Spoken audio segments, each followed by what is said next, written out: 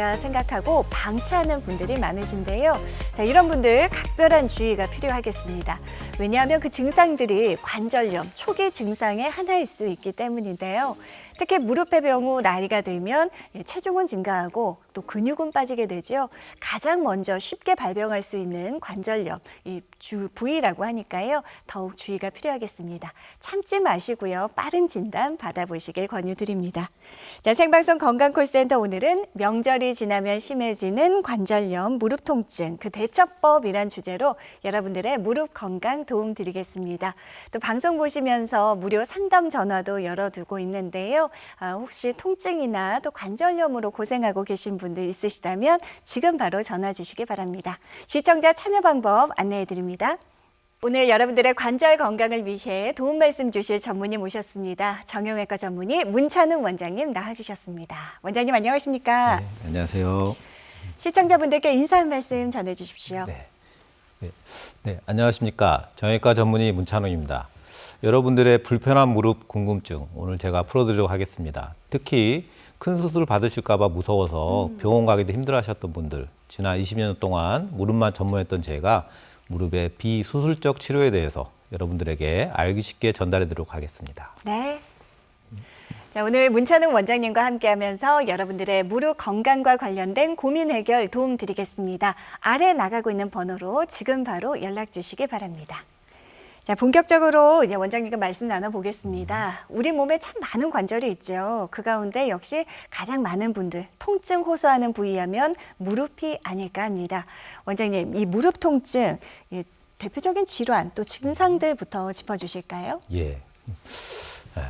우리가 이제 나이를 먹어가면서 가장 흔하게 만나게 되는 병이 바로 퇴행성 관절염입니다. 네. 즉 왼쪽 사진에 보시는 것처럼 관절이 닳고 뼈가 뒤틀어지면서 관절이 내려앉게 되면 저렇게 조금만 움직여도 심하게 아프고 물이 차서 이제 활동이 어려워지는 그런 상황이 발생하는데요. 네. 오른쪽에 보시는 거는 최근에 젊은 분들도 나이가 들지 않아도 야외 활동이 많고 스포츠 부상이 많아지면서 관절 연골이 다쳐서 이렇게 벗겨지게 되면 이런 관절염이 바로 시작하게 됩니다. 네네. 그래서 이거 제대로 치료를 하지 않고 방치하게 되면 결국 왼쪽처럼 망가지기 때문에 제때 제대로 된 치료를 받는 게 참 중요하겠습니다. 네.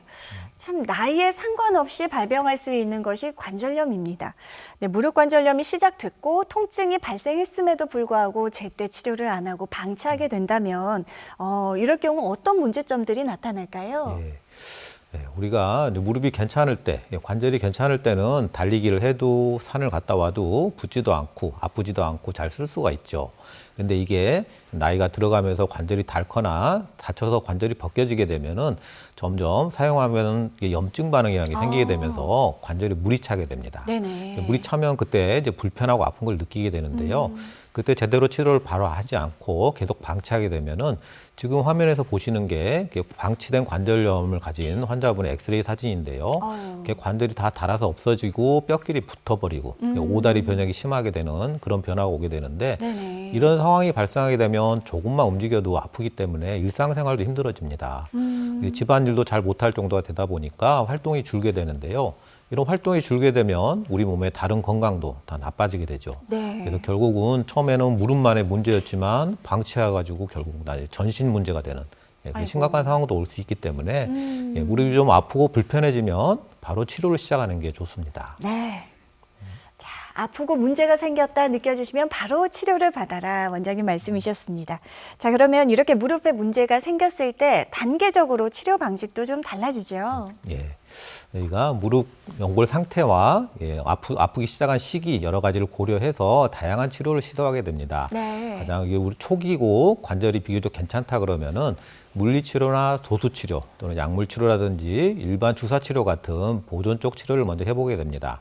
이런 보존적 치료에도 좋아지지 않거나 아니면 관절 연골이 이미 너무 많이 나쁜 경우에는 관절경 시술이라든지 큰 수술인 인공관절 치환술 같은 이제 수술도 고려하게 되는데요. 네. 최근에는 이 둘 사이의 중간 단계로서 저희가 줄기세포라든지 자가연골세포 또는 증식주사 같은 특수한 주사 치료들이 많이 개발돼 있기 때문에 이런 비수술적 치료를 수술적 치료를 하기 전에 먼저 한번 생각해 보는 게 좋겠습니다. 네. 참 수술이라는 두 글자 말만 들어도 몸이 얼게 되는 그런 반응 보이는 분들 참 많으실 겁니다. 기왕이면 수술까지 가지 않고 비수술적인 치료법들로 잘 다스릴 수 있으면 좋을 텐데요.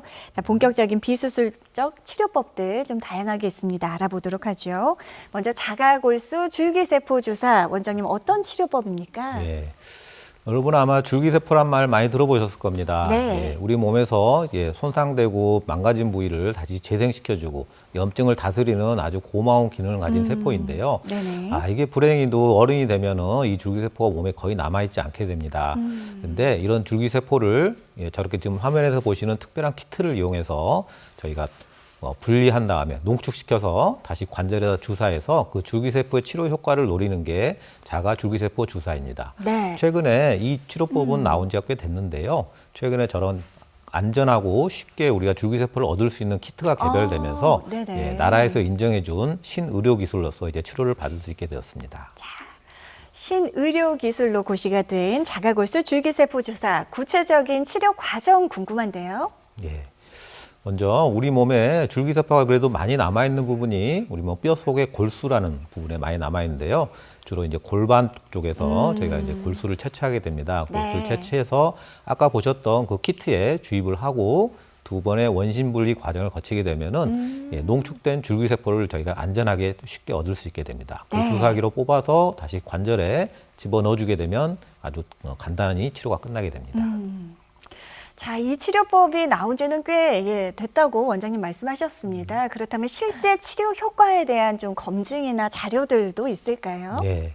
사실 그동안 많은 연구들이 있었고요. 그중에 하나 좀 소개시켜드리면 이게 아주 외국의 유명한 학회지에 이게 등록된 논문입니다. 네. 그래서 줄기세포를 다시 주사를 하고서 2년 후에 저희가 이제 그 결과를 확인했더니 무릎의 기능은 35%가 더 좋아졌고요. 네. 통증은 42%가 더 감소됐습니다.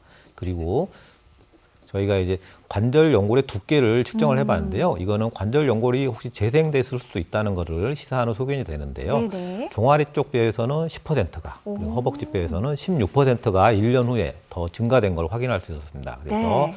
줄기세포 주사로도 이런 관절 연골이 어느 정도 재생될 수 있다. 그런 효과를 확인하는 연구 결과입니다. 그러게요. 기능성 35%, 통증은 약 42%가 감소되고 연골 두께는 10%가 증가했다. 굉장히 좋은 치료법이 아닌가 싶고요. 자, 이번에는 역시나 줄기세포를 이용한 다른 치료법이죠. 줄기세포 이식술에 대해서도 좀 알아보도록 하겠습니다. 원장님, 이 치료법은 어떤 치료법입니까? 예.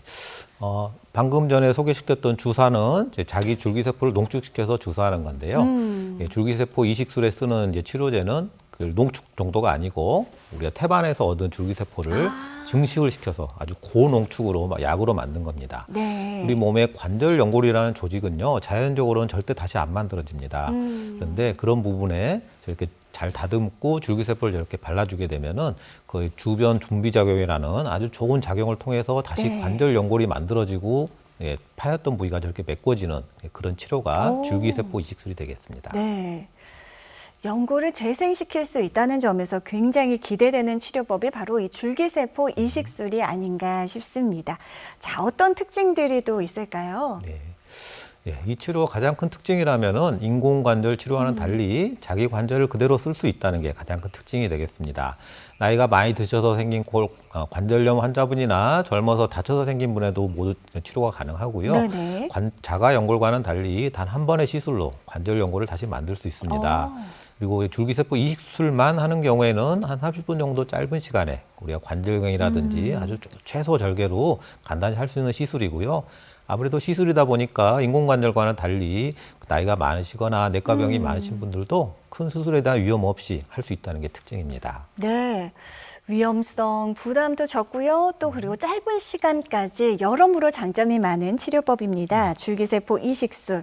자, 이식술을 받으면 실제로 이제 회복이 되는지 또 많이 궁금하실 텐데요. 구체적인 회복 과정 설명 부탁드립니다. 네. 지금 화면에서 보시는 게 실제로 시술 전, 후 비교 사진이 되겠습니다. 시술 전에 왼쪽 사진을 보시면은 줄기세포 왼쪽 사진을 보시면 관절 연골이 벗겨진 부분이 예, 이렇게 노랗게 뼈가 드러나 있는 부분이 저렇게 네네. 보이는데요.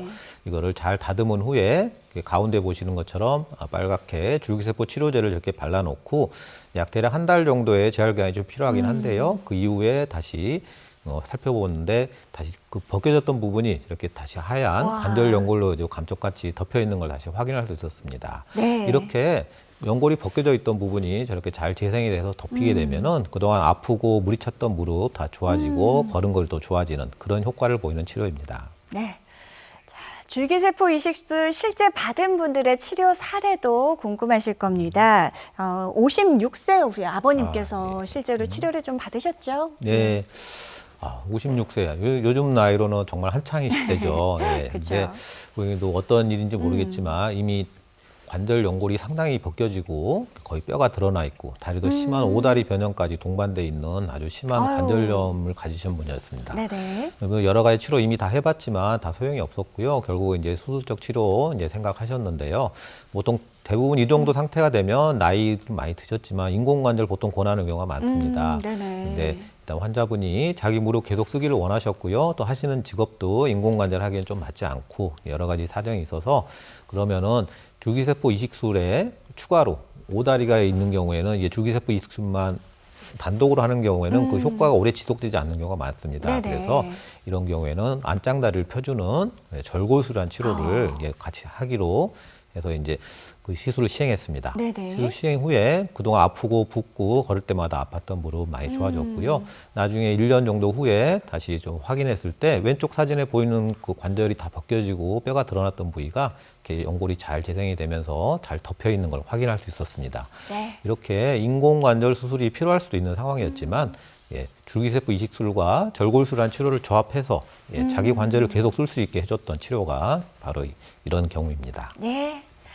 줄기세포 이식술 실제 치료 사례 함께 만나봤습니다. 자, 방송 진행되는 동안 많은 분들의 고민 상담 전화가 이어지고 있다고 합니다. 이쯤에서 여러분들의 고민 해결 도움 드려야겠죠? 다시 한번 시청자 참여 방법 안내